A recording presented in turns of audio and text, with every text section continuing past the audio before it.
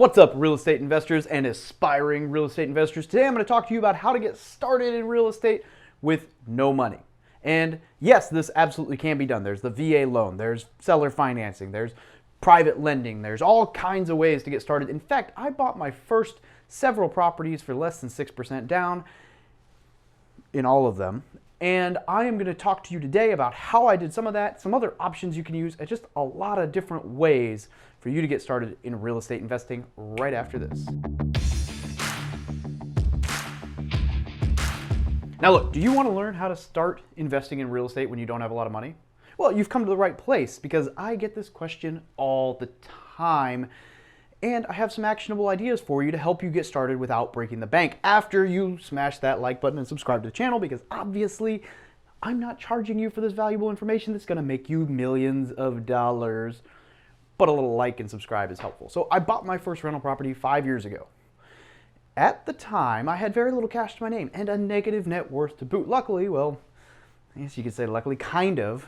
My Harley got totaled, right? A drunk driver decided he was going to park on top of my Harley, essentially, while I was just eating a burger inside the sports bar. So luckily I didn't get hurt. And then this gentleman basically wrote me a check in person because he didn't want to get the cops or insurance involved. So he gave me a little bit more than what I probably would have gotten through insurance. And then I was able to sell the remainder of the motorcycle to the local Harley dealership. So then I used this money as a down payment for my first property. So you...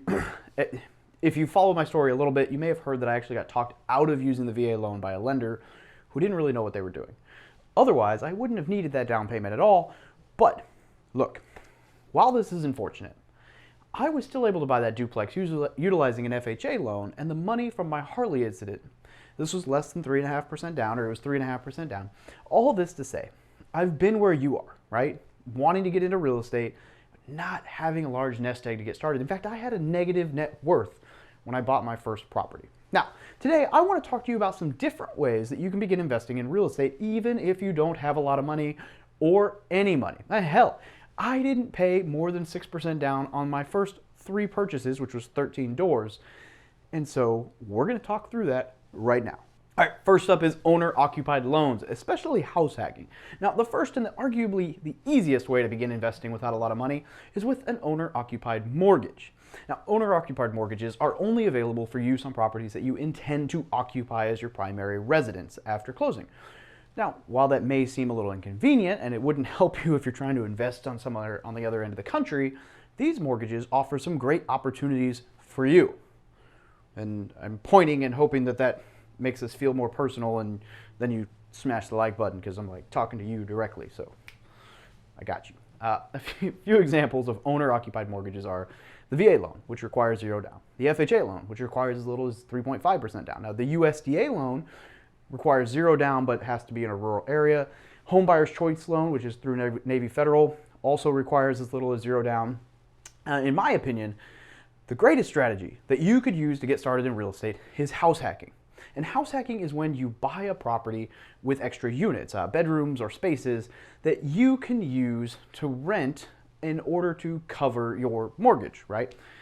Because the strategy allows you to utilize your primary residence mortgages, you can get started for very little or no money out of pocket. On top of that, you will get to learn the basics of being a landlord and lower your living expenses dramatically in order to help you save more money to invest in your next deal. That's how you get your 20%, right? Now look, I even have friends who paid 0 down to purchase a property, and then they not only did they get to live for free, but they got paid to live in that freaking home. So you can't even think that there's a better option to start than paying nothing for a house, getting paid to live in it, building equity, learning how to landlord, saving more money to invest, and all for free. Now, the next option is seller financing. Seller financing is one of my favorite ways to purchase a property for many reasons. Look, when a homeowner has a lot of equity in their home or owns it free and clear, they are able to carry the note. Now, when you purchase a home this way, you can pay a down payment to the seller and then make monthly payments to them without breaking the bank, or without a bank involved, really, without breaking the bank, without breaking your bank, but no bank involved. Now, there are so many benefits to seller financing. You don't need a credit check. You don't need income verification. The terms are much more flexible. It's literally whatever you and the seller can agree to. It can be anything. With seller financing, you're only limited by your imagination. You don't have to pay a down payment or interest or PMI or origination points. And yet all of these things can be negotiated into the terms as well. So it's completely open, right? Me and my partner almost purchased a property not too long ago with a very small down payment, like $5,000, and no interest, just paying monthly payments. Now, granted, it ended up being a meth lab, so we didn't buy it. But look, seller financing, awesome. The third way is through a HELOC. So if you own a house already, you have some equity in it, then you could apply for a home equity line of credit or a HELOC on that home.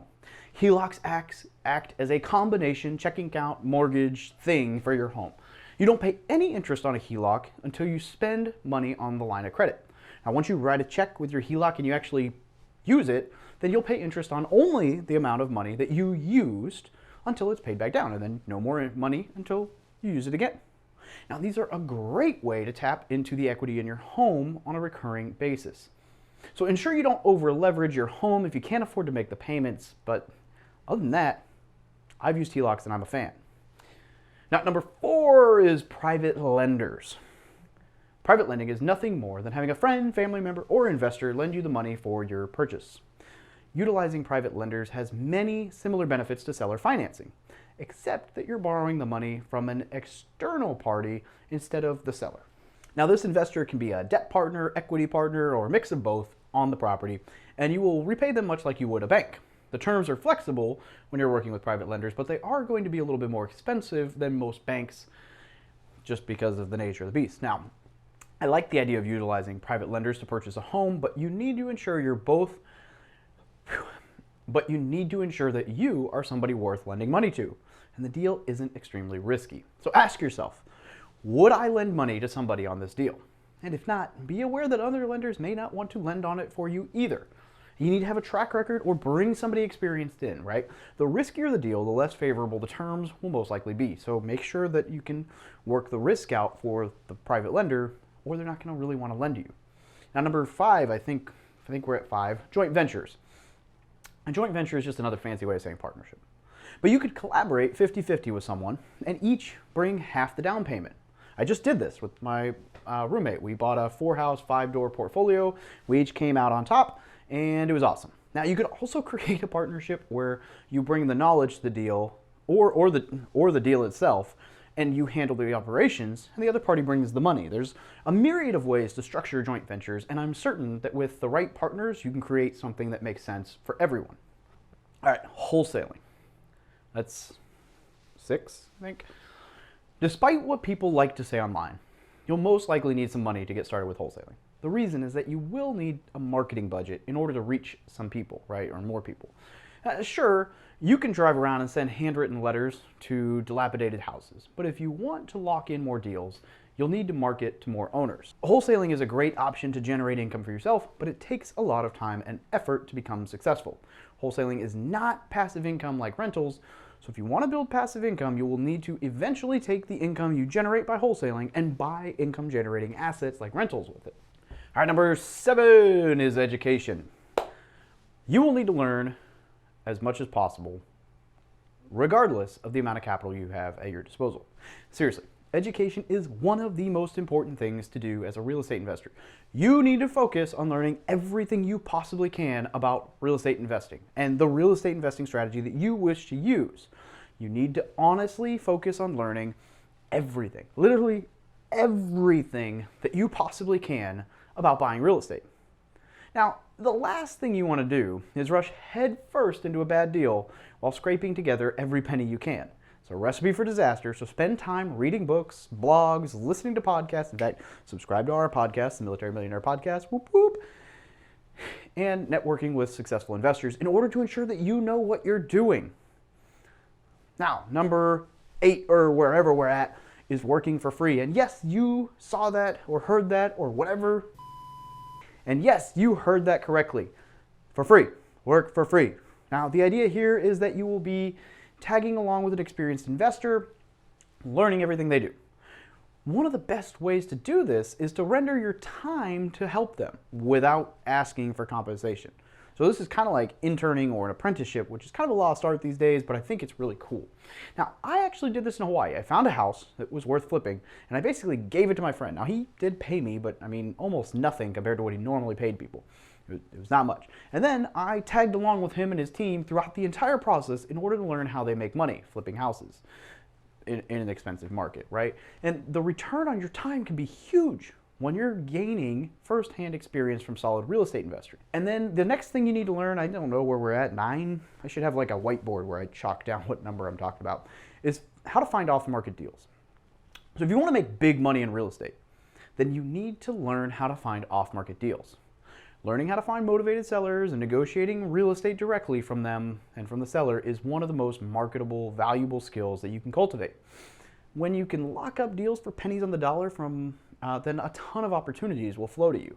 Now, you should spend some time learning how to market for deals and building systems that allow you to get in front of motivated sellers, because that's really, really valuable, right? Regardless of your strategy, getting in front of motivated sellers is valuable.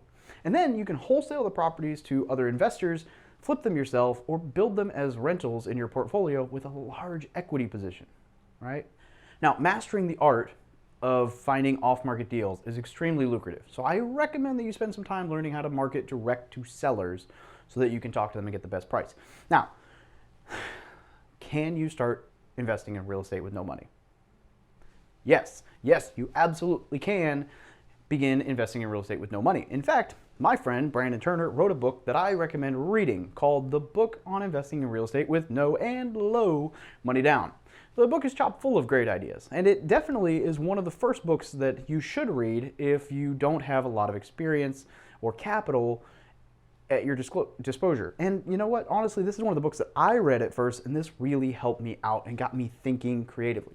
And the next thing you should do is learn everything you can about your specific real estate investing niche and network with successful investors in that niche too. And then you need to cultivate a how can I mentality to replace the I can't thoughts that flow through your head, right? So tap into the creativity that you had as a young child and realize that being resourceful is a very valuable character trait. And finally, tell me about your successes, your massive successes, so that I can celebrate. Right on, comment down below. What did you buy zero down? What did you buy low money down? What did you buy creatively? Tell me in the comments. Let's rack up some stories and share those methods so that other people can invest in real estate with no and low money down.